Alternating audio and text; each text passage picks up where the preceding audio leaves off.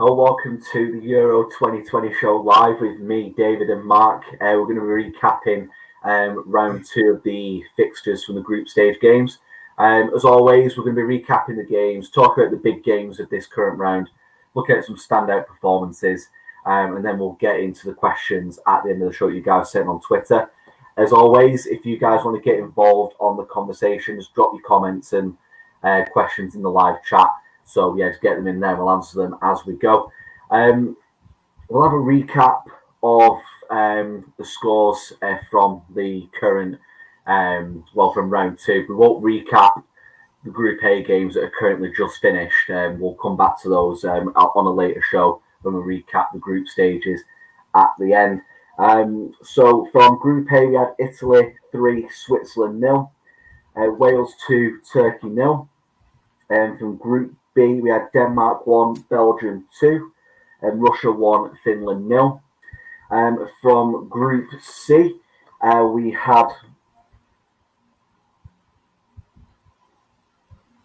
Netherlands 2, Austria 0. Completely off track of where I was there. Apologies.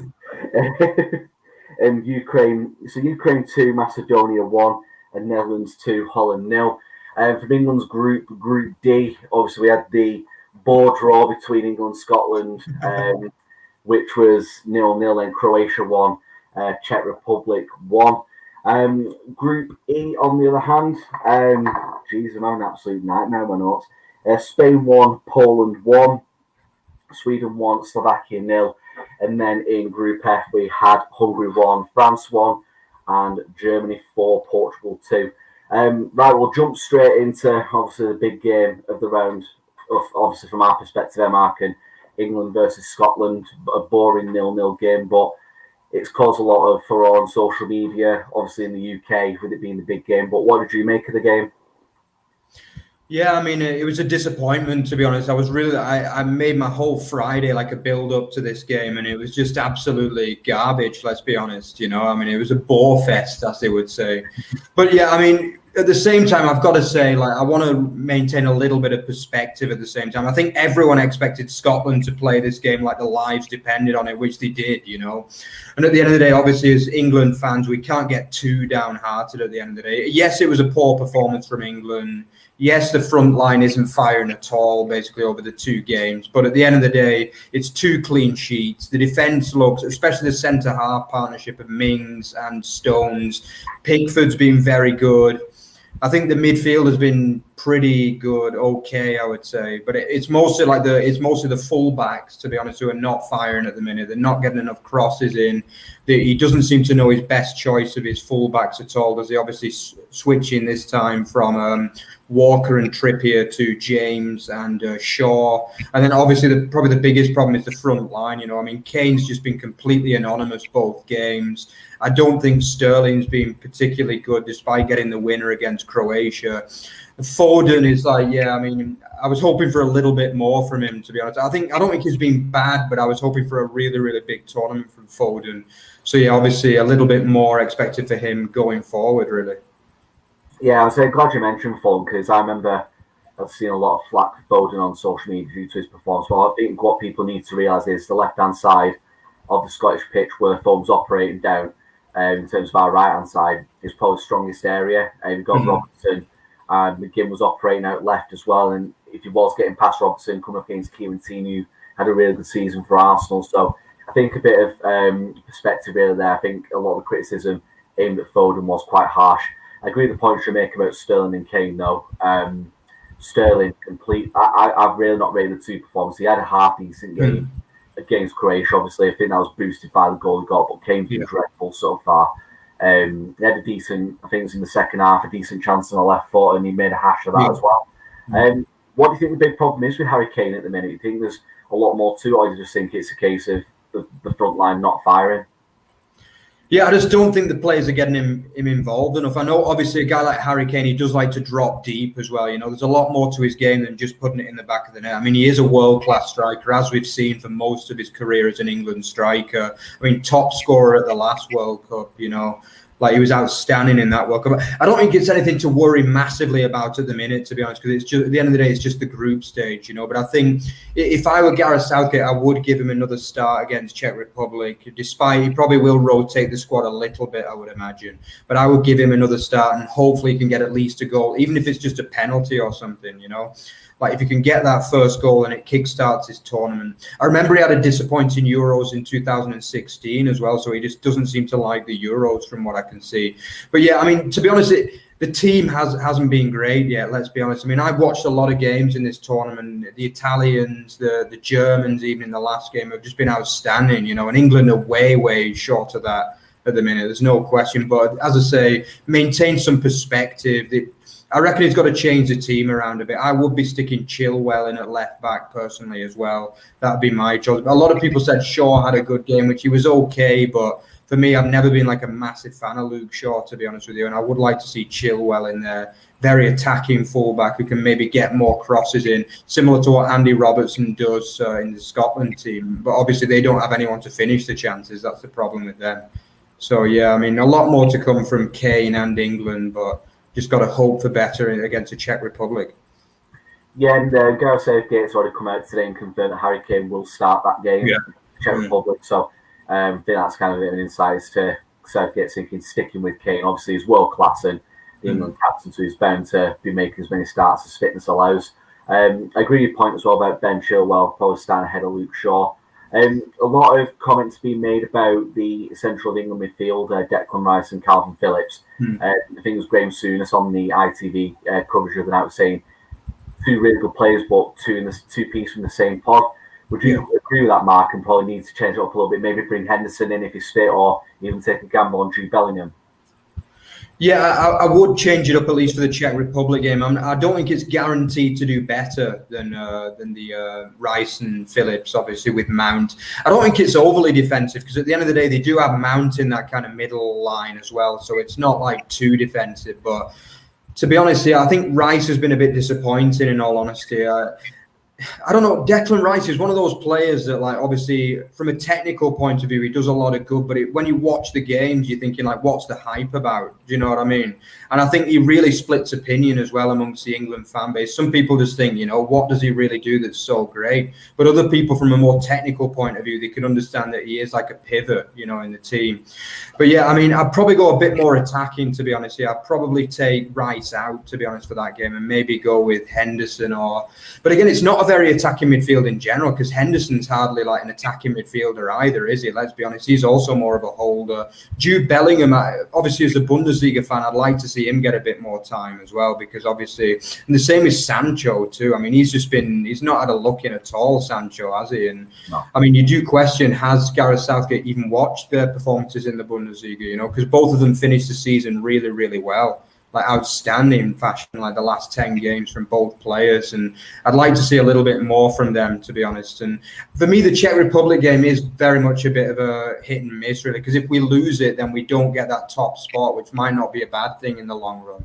So I'd like to see a bit more of an experimental team, like the likes of Bellingham and Sancho getting starts, but I'm not sure whether it will happen, in all honesty. Yeah, I think if, as well, a lot of England fans are thinking, we've got the attacking talent there, why don't we use it? And I think from a comment I saw, I kind of agree with, but I think he could be a bit lightweight in there. It's probably dropping Mason Mount back into that midfield too, and probably bringing like Grealish into play like from the start or Sancho, and like mix up a little bit that way. And you've got the creativity of Mason Mount from the middle of the park. It wouldn't be as advanced, but the only concern is he too lightweight to play there? But the decision Southgate needs to make for Tuesday. Obviously, we focused a lot on England so far, and it'd be remiss of us to not compliment Scotland and have a look at their performance on Friday because it was fantastic, weren't it, Martin? How impressed were you with Scotland? Yeah, really impressed, to be honest. Yeah, to be honest, I would say that they could have even won it with a bit more. I mean, obviously, the brilliant save, I think it was from the O'Donnell strike from Pickford. You know, that was probably the save of the match, you know. I just thought they were great. Like Billy Gilmour, someone told me he only just got in the Scotland squad, but from what I've seen from him in Chelsea, he looks a really good player. Like especially he's got to be like the Scotland's best player for the next 10 years, really, especially in a central midfield position, which is such an important position for any team, isn't it? I mean, they've got a real star in the making there with Billy Gilmour.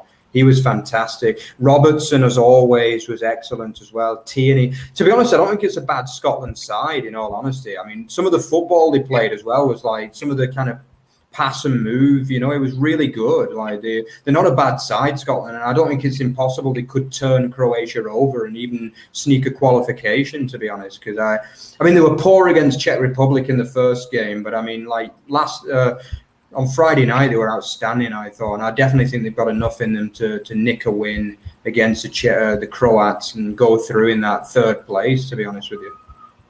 Yeah, so when you look at the ranking of the third place teams at the minute, obviously Switzerland have played all their 3 games now, and they've set the benchmark. They're currently top of that third place league on 4 points. Then Portugal 3, Austria 3, Finland on 3 points, Spain on 2, Croatia on 1.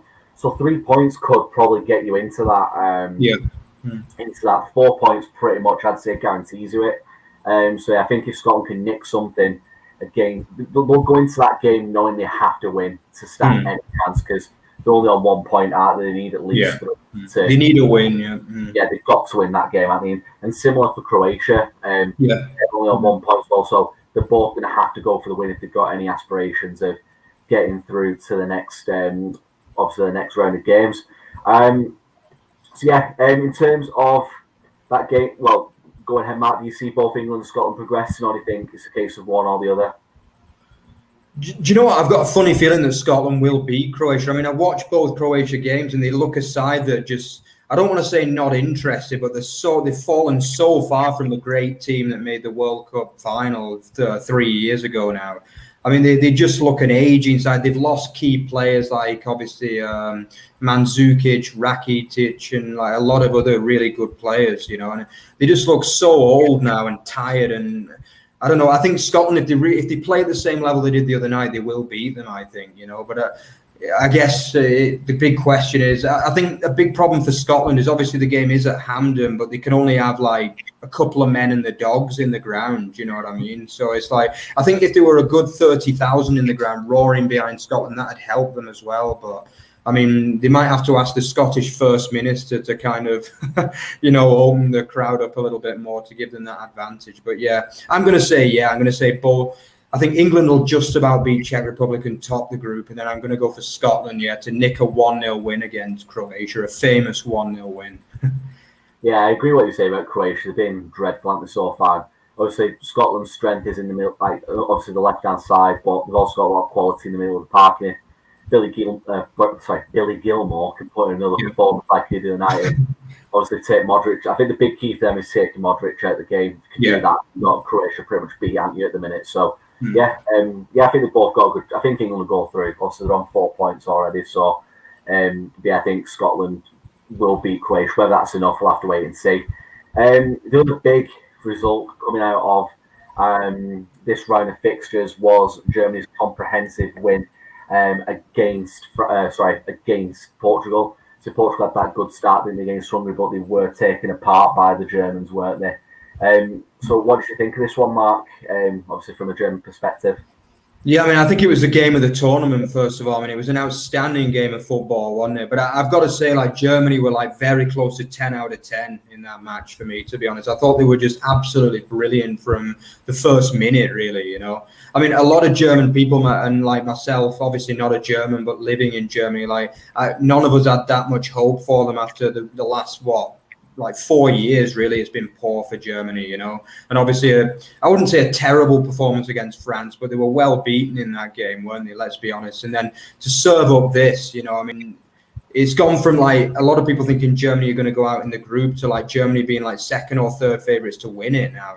I mean, that was the level of that performance. It was brilliant. Obviously Goossens unluckily getting the goal disallowed in the first 2 or 3 minutes. Obviously Gnabry was probably just about offside, I think, but I mean, it was one of them that without VAR it would have been given.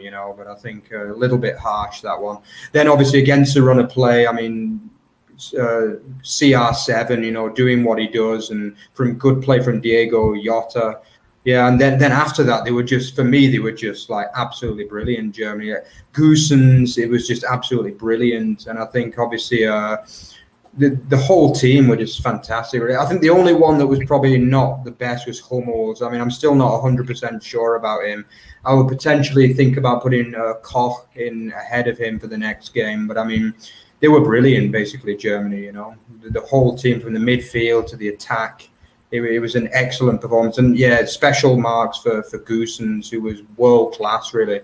I mean, the Atalanta have just got such a good team nowadays, haven't they? Like every team's best player seems to be from Atalanta, It's just like, it's totally crazy. It's like they've got a really, really good side there at Atalanta. And yeah, Goossens is another like world-class player they produced, really. Yeah, I think when I was watching the game last night, I think when Portugal got that first goal, I was thinking that'll cripple Germany's confidence. And I was expecting Germany to implode at that point, but the character of that German squad to respond in the manner they did and absolutely dismantle a very strong Portugal side. And I think that's testament to like that German mentality that we've seen throughout the decades, really. When their backs are against the wall, they come out fighting and get the result. And yes, they just epitomise that.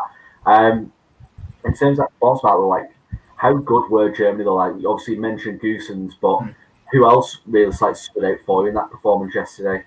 Yeah, I mean, I thought Kimmich was just absolutely brilliant. Obviously, Bayern regular. I thought Thomas Müller was like back to his best. I mean, that was probably his best performance in a Germany shirt. Like, I mean, obviously he had a 2-year hiatus, which was kind of, in my opinion, quite dodgy, really. A lot of people in Germany didn't understand why they withdrew him from the national team for 2 years. I thought he was outstanding. I mean, yeah, the defense is... I'm a big fan of Rudiger, but I don't think he was that great, to be honest with you. I'd say him and Hummels were a little bit dodgy, but aside from that, Gundogan was brilliant as well. I thought Goretzka, I mean, for me, he should be starting, really, Goretzka. Obviously, we're massive fans of him on the Bundesliga show. He came on and almost got a 5th goal, like hammering one off the bar with a couple of minutes to go. I think we said in the prediction show, like you and Rory were both saying you didn't really fancy Germany, but I said this squad is like as good as anyone in this tournament, They've got Bayern players like coming out of the rears. They've got quality players from other countries as well. Like so Gundogan, who's been one of the best midfielders in the Premier League this year. There's so much quality in that side. And obviously leaders as well, like Kimmich, Neuer, Müller. There's just no end of quality in that side, And I think now, I mean, obviously it could just turn out to be a one-off performance, I mean, they've got to back that up against Hungary now as well and get a win there. And then they'll be really looking good going into the knockouts. But yeah, I mean, there's still work for them to do, but what a performance for me. It was fantastic. Yeah, I think the point you make about that squad, like, you've just got to look at the substitutions he got to make yesterday. Emre Can, Goretzka, Halstenberg, not a household name, but obviously you'll know him. Was very solid at left back. Leroy Sané came on as well. And the players that didn't get on the pitch, like, you've got to look at Werner, Volland. So Havertz was another. Havertz was brilliant as well. Yeah, Havertz was quality. And also, I think he's brought in that back end of the season. Like, obviously, he picked up in the second half of the season for Chelsea. He's definitely brought that into the Euros, and he's really rediscovered that form where people were really hyping him up as like the next big thing, weren't they, in German football. In terms of Portugal, though, Mark, where does this leave them? Because obviously they're on 3 points. They've got to face France in the last game. Do you see them getting through in second spot? Do you think they'll have to rely on getting through as best their place? Yeah, to be honest, obviously, as my tips to win the tournament, I did think Portugal weren't to the level. I mean, they just got completely done by the speed of Germany's play. I mean, Germany were just like, I don't know, they were lightning fast. They were playing like a Premier League team, just flew out of the blocks. And I just think Portugal, they do have some very, very old players out there. And I'm talking about not far off 40-year-olds. I mean, you've got Pepe, who's what? I mean, that guy's been playing since like about the 90s, I think, I mean, I think his best days are long, long gone, Pepe. Do you know what I mean? I mean, he has been a great player, but I mean, surely they've got someone younger and better than him nowadays. And I think obviously Ronaldo, as good as he is, he's still 36, So, I mean, there are big problems now for them, because if they lose like 2 or 3-0 to France, which if they play like that, they could do. I mean, they could end up going out early, If they end up on 3 points with a negative goal difference, they could get eliminated easily, They're just going to be happy that they beat Hungary 3-0. Otherwise, they'd be in really big trouble because say they only won that 1-0, then they'd be like probably favourites to go out as a third place side at the minute, to be honest. But yeah, I mean, for me, Portugal, if they can sneak through the group, you can never rule them out because they are a big team side. You know, they're a big match side, I should say. Like they've won tournaments before. All of the players, they've got quality all over the pitch, apart from maybe in defence, to be honest. And I'm not a big fan of Nelson Semedo at all. I think he's a really poor player, to be honest with you. And I think he was poor for Wolves last season. He was poor for Barcelona before that. And I don't see how he gets in the side, to be honest with you, at all. But know, a few changes needed for the France game for me, for Portugal. Yeah, I don't know if Cancelo will be allowed to play. Actually, I don't know if he'll be available for the group stages, and obviously because of his positive COVID test, I don't know when he would be allowed to come back into the fold. But yeah, Semedo were poor for Wolves. They were poor yesterday. And I think Semedo was one of the big reasons why they were torn apart in the manner they were. A lot of the best players, Goossens had an absolute field day against Semedo. I don't think he'd have had the same joy against Cancelo, personally. Pepe, I thought, I don't say criticism harsh, but he's been steady. Obviously, he's 38 years old now, and the younger option that they could bring in is Jose Font, who's 37. So there's the younger option right there. 37. That's the thing, it's an aging squad. Yeah. They've got a lot of quality, but too many old players for me. It's like, I don't understand, like, obviously he's been a great player for Portugal and wherever he's been throughout his career. But João Moutinho coming on yesterday. Like, I thought personally, like Ruben Neves, he never seems to get a look in for Portugal. He's quality for Wolves all the time, and he never seems to get a look in for the national team, especially at major tournaments. Renato Sanchez, after that pathetic long spell he had at Swansea, he looked to be getting back to his best. And it's good to see him back in a Portugal shirt, so I really rate him highly. Going into the final games then, Mark, who are you expecting to get at this group then in terms of Germany-Portugal? Oh, yeah, I think Germany will definitely get through because the game's in Munich, so they're not going to have to deal with that famous and brilliant Hungarian crowd. You know, they've been probably the player of the tournament so far. You know, they've just been brilliant, the fans. So yeah, with the fact the game's in Munich, I see Germany winning probably 2 or 3-0 there. In all honesty, quite a comfortable win. So that'll be Germany through. Yeah, I mean France should be through on 4 points anyway. I don't see them going out. But yeah, I mean it's still a big game ultimately. I think Portugal are going to be worried. They really are, you know, because if they defend like that against France, I think the problem with France though is that they're missing chances left, right, and centre. There's been nothing wrong with them performance-wise, but they're missing so many easy chances, you know. Like Mbappe and Benzema have just been missing sitters left, right, and centre. So, but yeah, I'm going to go for all of them to go through, though. You know, I think I said that all along. I'm going to go for all 3 of them to go through, and all 3 of them are going to be really, really hard to beat as the tournament progresses. That's for sure. Yeah, and just kind of look at what we'll do is we'll cover Hungary France because that's the next game we're going to talk about, and I'll come back to the question I had regarding this group anyway. So Hungary 1, France 1. Obviously, Hungary leading. Obviously, at half-time, France getting level towards the end of the game for Antoine Griezmann. What did you make of the French performance, Mark? Because I've not been impressed with France in either game so far. I've been thinking that they've been quite laboured so far.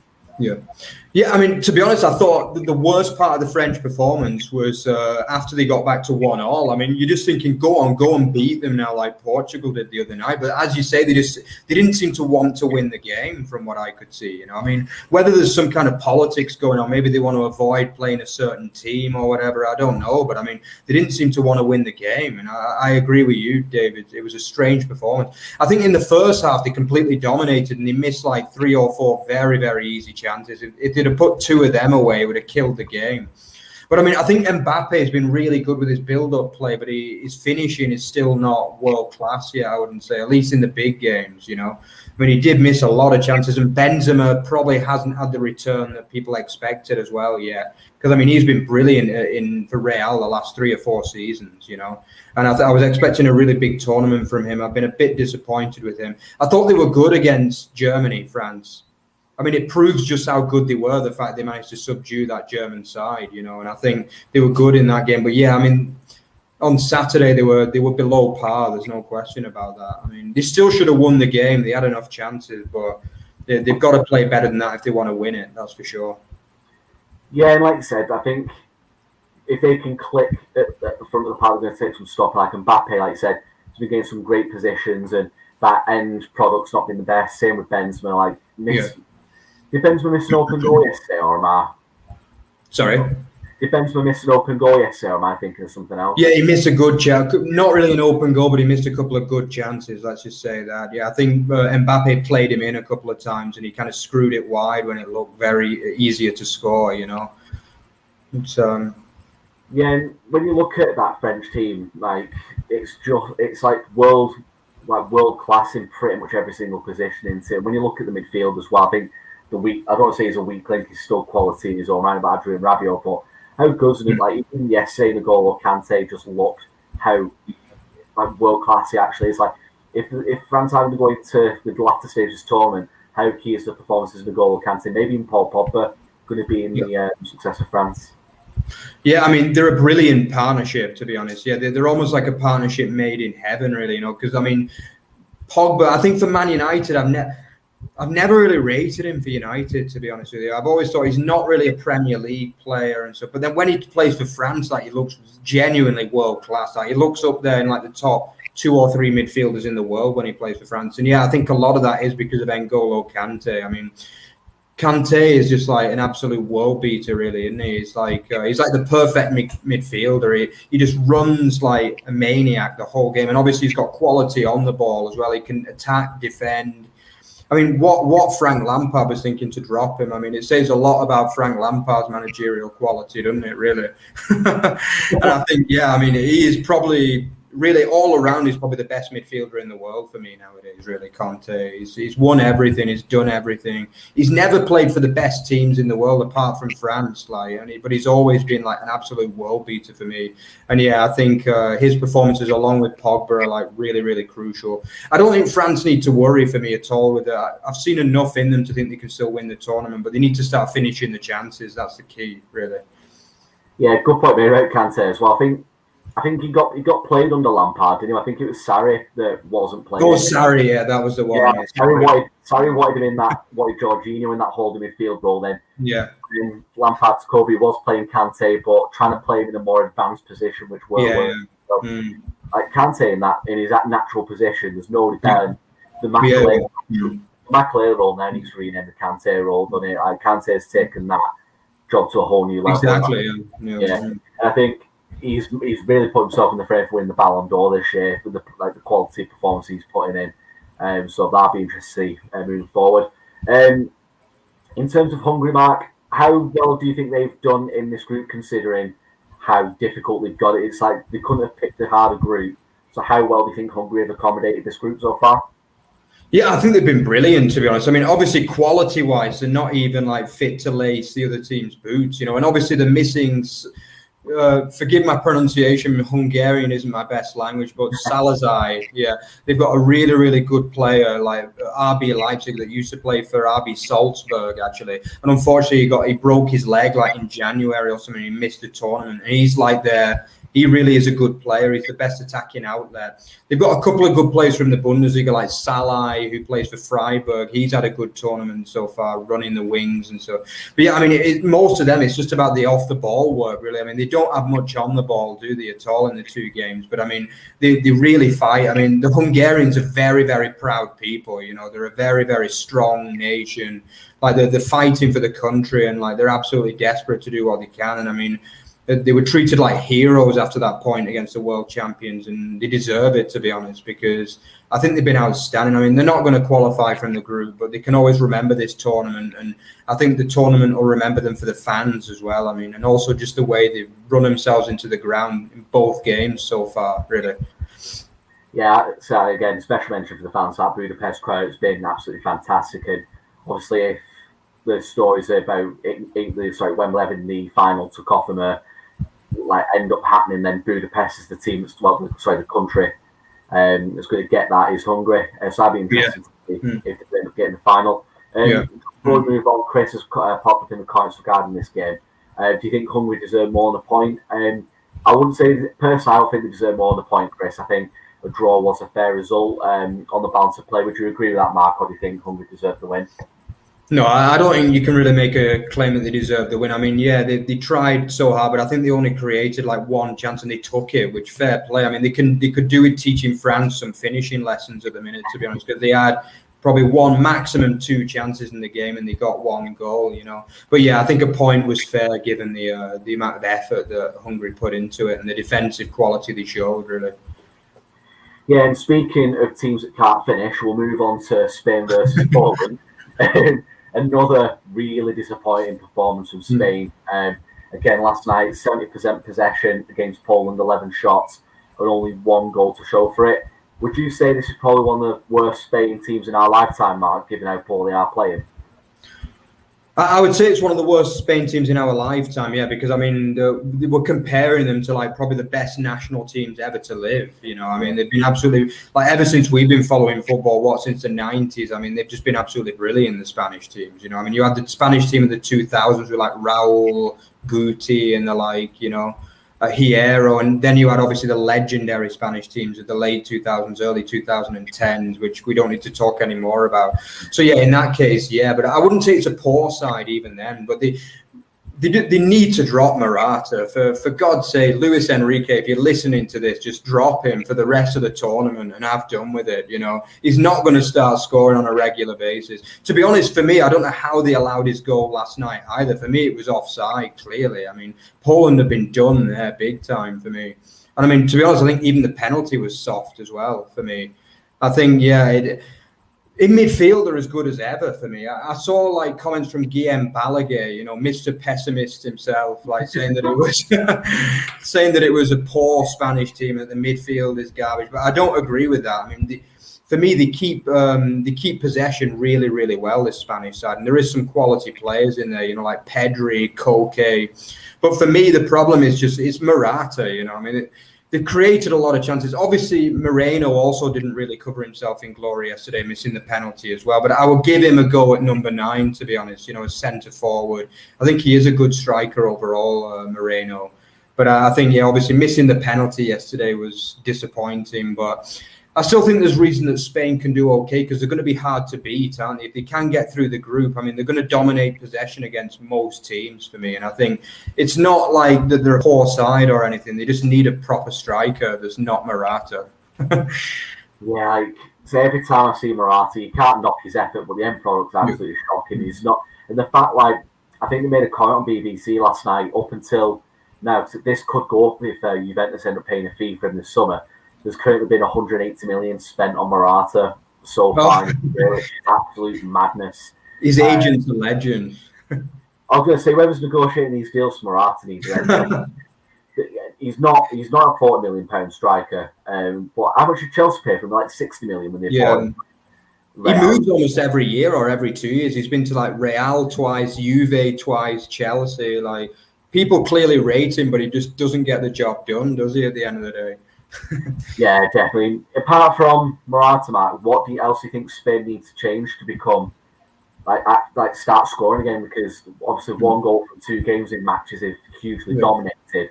It's not a good return, is it? So what would you do if you was Luis Enrique to change it?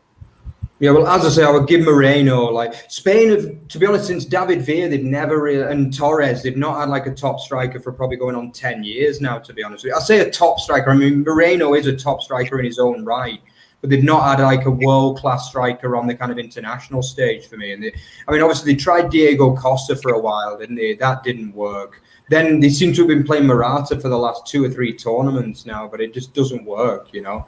And I think that would be the first thing. That would be the main thing. I would try against Slovakia.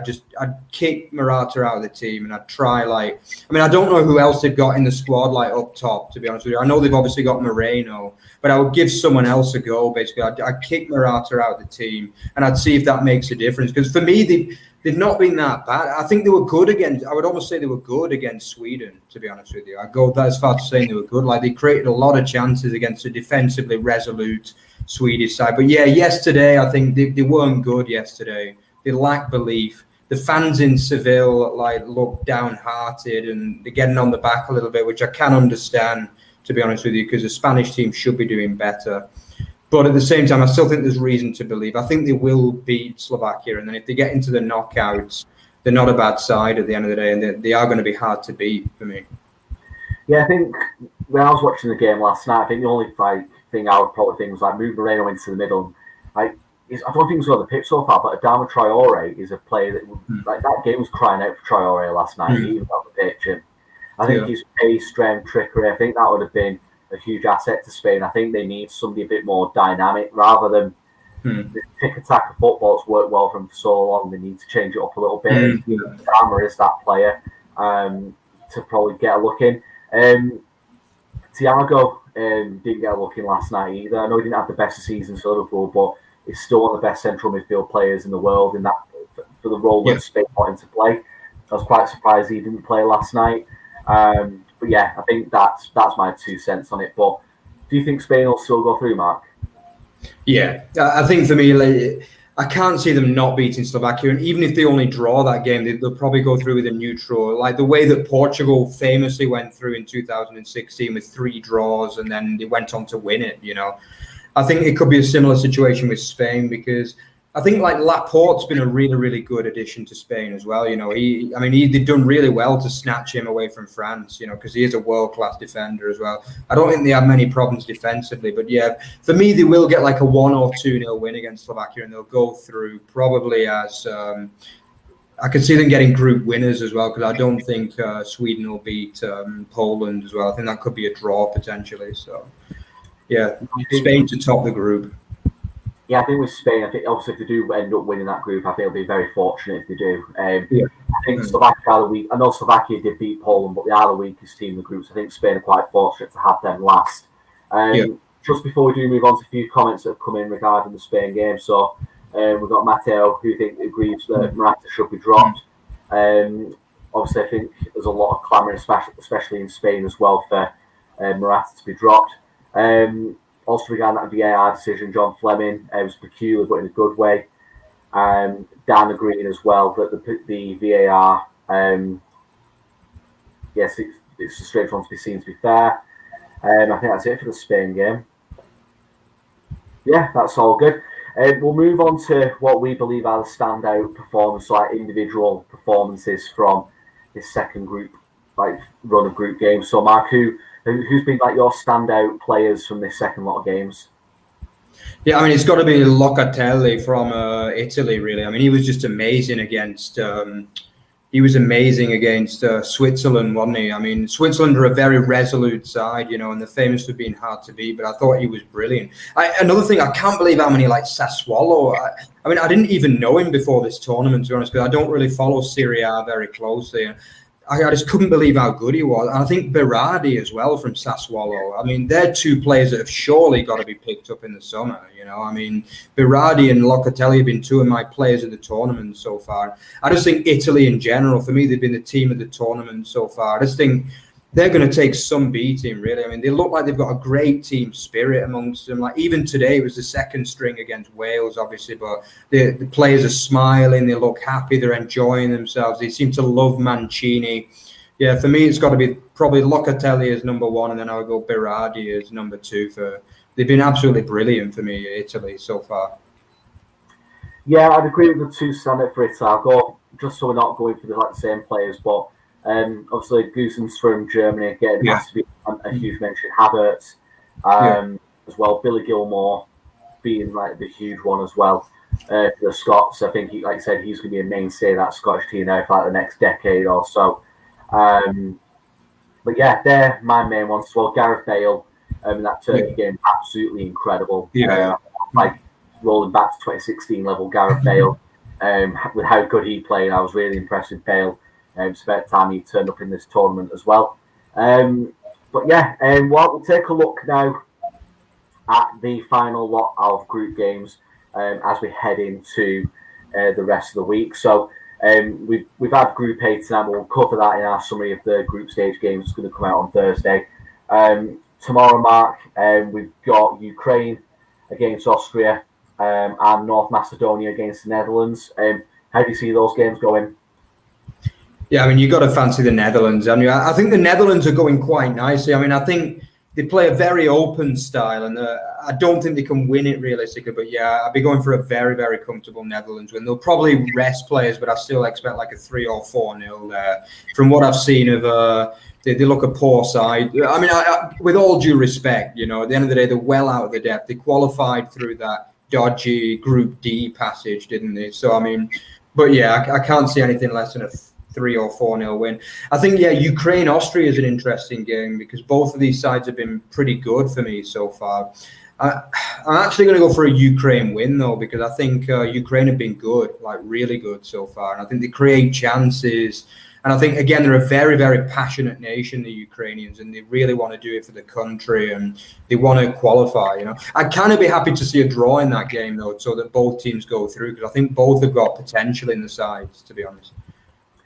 Yeah, I think I agree with both of those. I think Holland will steamroll through North Macedonia, and there probably will be a few changes because they're already through. They're likely going to top the group as well, so they don't need to fight the full strength 11 tomorrow, do they, to be able to beat off North Macedonia. North Macedonia, they've not been whipping boys, I feel like some people are expecting, but they've given very good accounts of themselves. I agree as well. Ukraine, Austria, I predicted Ukraine to do quite well at the start of the tournament. I'm going to stand by that. I think Ukraine will beat Austria and get through. Tomorrow, I think you and Rory both raise your eyebrows, and I tipped Ukraine. Yeah, it was a good tip, unlike your Turkey tip. We'll forget that anyway. Also tomorrow, we've got Russia versus Denmark and Finland against Belgium. Very tightly contested Group B, Mark. How do you see this one going? Yeah, I mean, it is a tight one, to be honest with you. I mean, obviously, I am cheering on Russia there as well. But, I mean, I'm not that convinced that they can get the point that they need to qualify, to be honest. I think they've not put, similar to Croatia, really, they look a shadow on the side that did so well at World Cup 2018. I think they were lucky to beat Finland, to be honest with you, in a pretty low-quality game in that one. I think if they get a point, they probably will qualify at the end of the day in second place. But at the end of the day, I think Denmark have been absolutely cursed in this tournament. You know, obviously with the tragedy with Eriksson, but also they played really, really well against Belgium as well. And I think they didn't deserve to lose that game. So I'm backing Denmark to win that game, probably like 2-0 or something. And then, the other game, I think Belgium will play a weakened side, but they should still win easily against Finland, to be honest. Yeah, just looking at the group now, so Belgium currently on top with 6 points, Russia 3, Finland 3, Denmark 0. If I'm not mistaken, if Denmark were to win their game against Russia and Finland lose as well, Denmark would go on a head-to-head with Russia. Would, yeah, they'd leapfrog Finland for goal difference and then Russia on head-to-head. Yeah. Yeah, exactly. So yes, they go through all. Basically, if Denmark win and Finland lose, then Denmark are guaranteed, and Russia will be guaranteed probably with a draw. But so it'll be quite interesting. Like that'll be one of the ones like to follow quite closely, won't it, as the game's going on? Because I think it'll be constantly changing, won't it? Who's going through, who's going third, and whatnot. But that'll be really interesting. Just before we move on to the next group, Chris has obviously mentioned that, like you say about Denmark, saying it's a shame for Denmark. I think if fortune is smiling, that hadn't happened to Eriksson, they would have been top of the group. I think you predicted Denmark to top of the group. Obviously, first and foremost, Eriksson is all well and good. He's obviously on the mend, but I think Denmark must be wondering what they've done to upset the football gods in this tournament. Hopefully they get through tomorrow. From a football fan perspective, I'd love to see Denmark get through after what they've been through. Moving on to Tuesday, it is the turn of England, so they'll be facing Czech Republic and Croatia, Scotland. What are you tipping for these ones, Mark? Yeah, as I said before, I'm going to go for both England and Scotland wins, to be honest with you. I'm going to go for I don't know with Scotland. I think obviously if Croatia turn up, and they've still got to look out for Ivan Perisic as well. Like he's had a good tournament. He's probably the only Croatia player, along with maybe Modric, who's actually had a decent tournament so far. So I think, but I'm going to go for Scotland to do it, to be honest. I just think they've got enough team spirit to nick through it. And then England, I'm going to go for a 2-0, but not overly convincing win. That's what my predictions for that one. Yeah, I think this is a game where England are going to have to finally turn up. I think a few people are on the fence about that performance against Croatia. Some thought we were fantastic. Some thought we weren't. But I think this is a game where England really need to go put a statement out there and show what they are all about. And if you can't do it in this game, then you've got to worry about them, especially even the last 16. They'll probably get further than that at this rate. In terms of the Scotland-Croatia game, I'm going to go with a draw there as well. I think I don't want to be disrespectful to Scotland by all means, but I think they've put their cup final in on Friday, haven't they? I think it's going to take a lot to put in a performance like that again. So close to that England game. We'll have to wait and see on that one. Moving into Wednesday, so we've got Sweden, Poland, Slovakia, Spain in Group E. Where are you seeing the results there, Mark? Yeah, so as I said before, I'm going to go for Spain to get the job done. I think it won't be overly pretty, but I think they'll get a 1 or 2-0 win, to be honest. I just think they'll have too much possession against Slovakia. You know, you're probably looking at like 78-80% possession they'll have. So sure, they've got to get a goal. But yeah, they've got to make sure they hopefully get 2 goals. To be honest, I hope Spain get through really for the tournament's sake. I mean, I like to see the best teams get through at least to the last 16. So yeah, and then I would go, it's a hard one because I think Sweden are pretty much definitely through and Poland have got to win. I mean, I thought Poland were good last night, to be honest. I did think they were good. They did create a few chances, but it's very much about Lewandowski, isn't it? So I'm going to go, I'm going to go for a 1-0 Poland win there, though, actually. So I think all 3 of the teams will get through on that one. Yeah, I think Spain will scrape through by the skin of the teeth, and I'm unsure on the rest. It's going to be a really close call. I think Spain are the ones who are going to get through there. Just before we move on to the final group, Gary, about Poland. Has anyone else been disappointed with Poland, or is it just me? They look good on paper. I've been disappointed with Poland. I think mainly because I drew them in the sweepstakes at work. I think that's part of the reason why I'm a bit pissed off with how Poland have done so far. But I think when you look past Lewandowski, they don't really have much quality. Would you agree with that, Mark, or do you think I'm being a bit harsh there? Yeah, I think I said in the prediction show, I tipped Poland to finish bottom, so I'm not overly surprised because I think I tipped them really, really highly in the last World Cup. I thought it was in Slavic country, so they got the fans, they know the culture very well, and they were just so disappointed in that tournament for me. So I had no expectation of them coming into this tournament. But I would say the first game they were dreadful, against Slovakia. I mean, that was a dreadful performance. But I think yesterday it was a backs to the wall game. You know, they knew that if they could frustrate Spain, they could potentially get a point. But I mean, they've not offered enough going forward. I mean, Lewandowski for me, is the best striker in the world. I think he can score out of nothing, as you saw yesterday. And I think, But I think, to be honest, they've not got that much quality aside from him, in all honesty. It's not a vintage Poland side, in all honesty. And I think, if they get through the group, they've had a decent tournament for me, to be honest. Yeah, Matteo agrees well about Poland being very frustrating as well. Been quite close to one considering the players they have. I think, like I said, they've not got the most... It's probably the weakest Polish team that have turned up to a tournament for a while. I think that's probably a fair assessment to make, in it, Mark. But you have to let Poland go with regards to that. The final group games then, Portugal against France and Germany against Hungary. I think we've already kind of given our predictions, Mark, but if you had to pick your results for this one, where you going as things stand? Yeah, I'll go for 2 or 3-0 to Germany. I don't see any problems. As I say, the game's in Munich, so they're not going to have that kind of crazy fan base behind them. And then, Portugal's France, it's another game to look forward to, isn't it? It's a clash of the Titans in the group stage. I'm going to go for a 2-1 France win, and I think that'll just be enough to send Portugal through again on 3 points, like in 2016. I can't see France not winning, though, to be honest, because I just think they're going to create too many chances against this aging Portuguese defence. 30-year-old Pepe will not appreciate it. maybe they might drop Diaz and put Font alongside Pepe for that game. I'm going to go a bit more different to you, Matt. I'm going to go with Portugal to get the win against France. Really? Okay. I think Portugal will turn up, and I think this is a game where CR7 will thrive and show why he is the greatest of all time.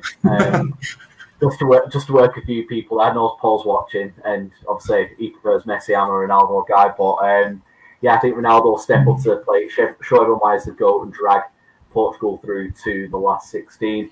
Germany to beat Hungary, and then France will go through in third place. There's my predictions anyway for that one. So we'll move on over to the questions part of the show. So thank you to everyone who's got your questions in already on Twitter. There's quite a few that have come in on the live chat as well whilst I've been going. So first question is, speaking of Paul, Mark, it is for you. Can Mark give us an insight into the mood on the ground in Germany? Has he got today's paper to show us, like someone requested the live chat the other day? Yeah, I'll get a copy of Der Spiegel next time. Which obviously I think Man City fans are not a big fan of Der Spiegel after I think they criticised Man City's finances once. Yeah, so for the next show I'll get Der Spiegel. Don't worry. Yeah, but unfortunately for this show, no. But yeah, I mean, obviously the game was on Saturday, so I've not been back to work since then. So I've not really kind of gauged too many people's kind of views on the game. But yeah, from what I can gather, obviously the people were happy. Yesterday they were all out, like peeping the horns and stuff like that in the cars. They were happy with the result. It was a jubilant atmosphere in the city centre last night. I mean, nobody really expected that. I mean, all they were hoping for was a win at the end of the day from the German team to obviously get through, but nobody expected a performance like that. I mean, for me, it's that makes them one of the favourites now to win the tournament. Potentially could even top the group now and avoid a potential last 16 against England, which although they probably won't fear England given the record against England. But yeah, I mean, topping the group would be useful because I think they play like third place from one of the groups, I think. So yeah, I mean, topping the group would be useful, but I mean, at the end of the day, if Germany can play well, then yeah, I mean, they can win the tournament. There's no question about that. And I'm looking forward to hearing some of my colleagues and workmates' opinions on it tomorrow, to be honest with you. Yeah, I think obviously Chris has chipped in as well regarding the newspaper thing, Mark. So we are expecting a copy of Der Spiegel on Thursday. So make sure you spend your 50 cents or whatever it is. Get it over there, get it bought ready for Thursday. No excuse anyway. Next question in from John Fleming. Can England beat the Czechs? There's another question after that, but we'll focus on that first. And I think we've already kind of touched it, Mark, but definitively, will England beat Czech Republic? Yeah, I think they will do. Yeah, I mean, I think the Czechs, they're a hard-working side, but they're a little bit slow for me. You know, they're a very big team, and I think England's pace is going to cause them a lot of problems. But yeah, I mean, I just hope that they can put in a performance and get people's hopes up because from what I can gather on the ground in England, people are quite pessimistic at the moment. I don't know if you'd agree with me, Dave, on that, but people seem like very downbeat about what's happening with the England team at the minute. Yeah, I think a lot of people overreacted to the result on Friday. Personally, I think you kind of got to put that game into perspective. That was. It keep feeling like I'm patronising Scotland. I don't intend to, but that was a cup final for Scotland on Friday, and in some cases for the Scottish players, that will probably be one of the biggest games of their footballing careers. I know, like your Scott McTominay, like John McGinn's, Andy Robertson's and whatnot, they'll go on to play Champions League finals and whatnot. But for players like the right back O'Donnell, and that I can't remember the lad's name up front, the one who's got the Australian Lyndon Dykes. Yeah, they will be the biggest games that them players were involved in, and I'd been asking more questions about Scotland if they wouldn't have put in that performance on Friday, personally. So I wasn't shocked that Scotland got a point from that game, personally. Anyway, if as a Scottish person, I'd have been miffed if they wouldn't have put that performance in on Friday. That's my own personal opinion, anyway. But yeah. I think this is the game where England will finally go put a statement in, put a few past the Czech Republic, especially considering the last time they had played at Wembley, England beat them 5-0, and that was only in 2019. So I don't think Czech Republic have improved to a point there where they're going to cause England a massive amount of problems. We'll have to wait and see with regards to that. Second part of John's question is coming back to the Czech Republic. Will Patrick Schick get a big move after Euro 2020? So real struggle saying that after having a drink. But yeah, will Schick get his big move after Euro 2020? No, in my opinion, because to be honest, I think he already got a bit of a bit. He's had big moves in the past. Like obviously, as a Bundesliga fan, like I know him quite well, and he's not like he's not playing at some like small Czech Republic team. You know, he's playing at Bayer Leverkusen at the end of the day. He's played for RB Leipzig and Roma in the past as well. So it's not like he's a nobody on the continent by any means. And I think, to be honest, his past record at big clubs is, I mean, for me, disappointed last year at Leverkusen. I think he got like 8 goals as a starting centre forward for a team like Bayer Leverkusen, which is not good enough. For me, no, because I think a team like Leverkusen, they're going to want like probably 40 million for him, so minimum. So, and I don't think he's worth that. He's had a good tournament, don't get me wrong, but don't be fooled into thinking he's an absolute world beater. You know, he's a good player, but he's no absolute world class player for me. Yeah, I'd agree with that. Like you're saying, Leverkusen going to want to weigh too much money for a player that's not, I don't say failed in the past, but not stepped up to the plate. Cool. We'll move on to Chris Saunders' question.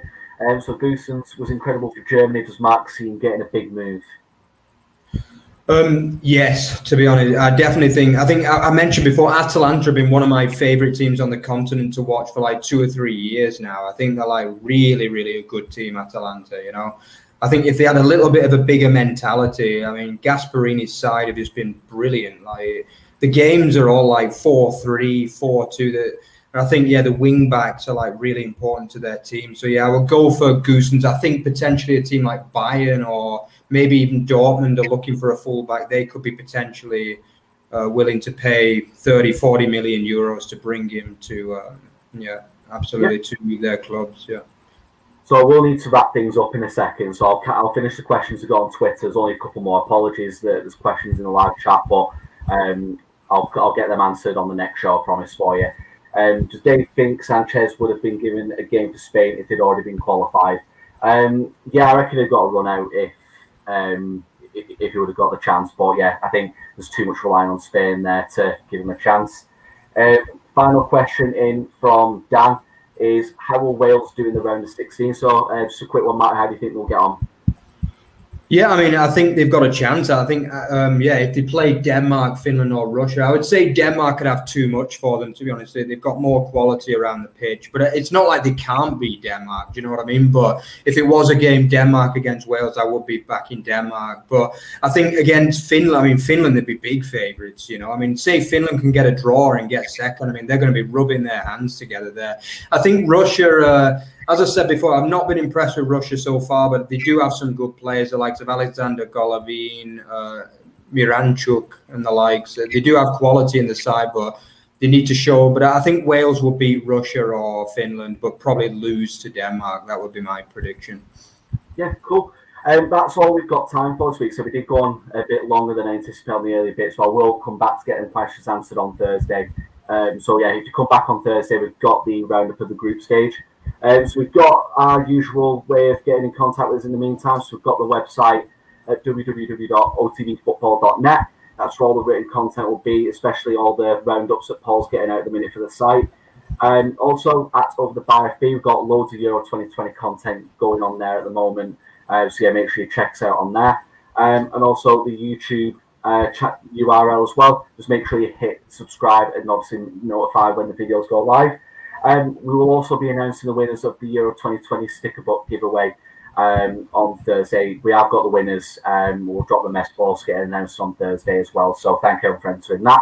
But thank you very much, everyone, for joining us, and we'll see you all on Thursday.